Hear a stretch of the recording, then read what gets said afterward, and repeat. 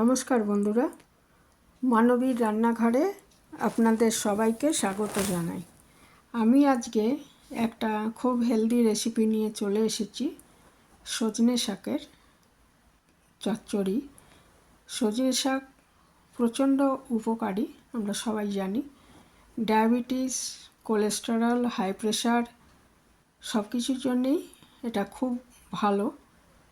এখানে আমি আগে কিছু সজনে শাক ভালো করে ছাড়িয়ে, ডাঁটার থেকে পাতাগুলোকে ছাড়িয়ে ভালো করে ধুয়ে নিয়েছি। তারপর একটু কেটে নিয়েছি আর কি, কুচিয়ে নিয়েছি যাকে বলে। তা সজনে শাক দেখুন, এখানে আমি ভালো করে ধুয়ে এটা কুচিয়ে নিয়েছি।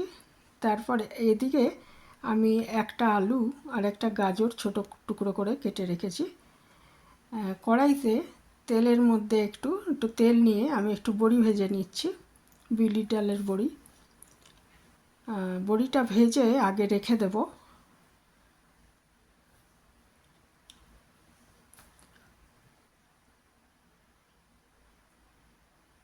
বড়িটা তুলে নিয়ে ওই তেলের মধ্যে আমি একটা শুকনো লঙ্কা ফোড়ন দিয়ে দিয়েছি, আর একটু কালো জিরা ফোড়ন দিয়ে দিলাম।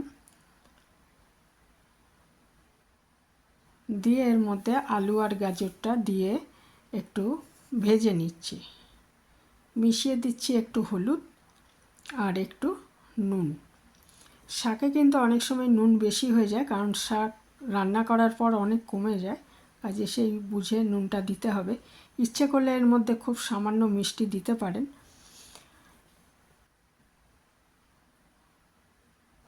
কারণ সজনে শাকের একটু কষা ভাব রয়েছে, কাজেই সামান্য মিষ্টি দেওয়া যায় যদি বারণ না থাকে মিষ্টি খাওয়ার। এবারে আমি আলু আর গাজর ভাজা হয়ে গেলে আমি সজনে শাকগুলো দিয়ে দিলাম।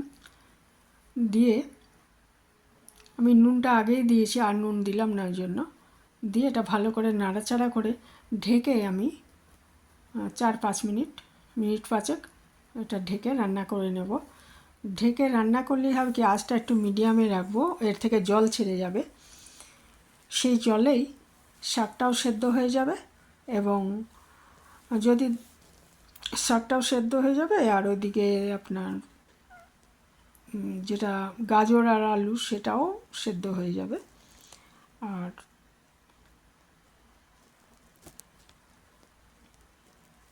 শাকটা যখন হয়ে আসবে তখন আমি বড়ি ভাজাটা এর সঙ্গে দিয়ে দেব। তো সজনে শাক অনেক রকমভাবেই খাওয়া যায়। সজনে শাকের বড়াও খাওয়া যায়, বা আরও অনেক রকমের রেসিপি করা যায়।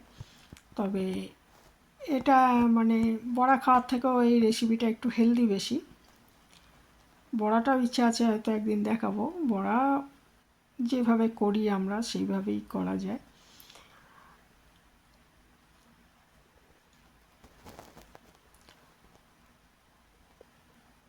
এটা একদম হয়েই এসছে।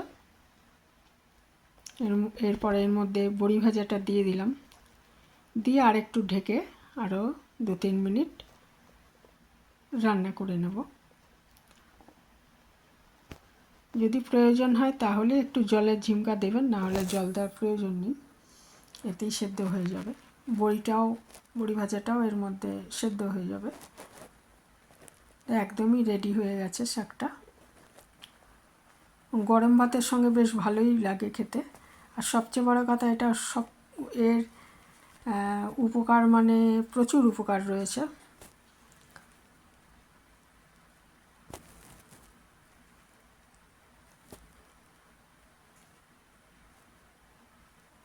তো এইভাবে সজনে শাক কে কে খেয়েছেন কমেন্টে জানাতে পারেন আমাকে। আজ এখানেই শেষ করলাম। ভালো থাকবেন সবাই।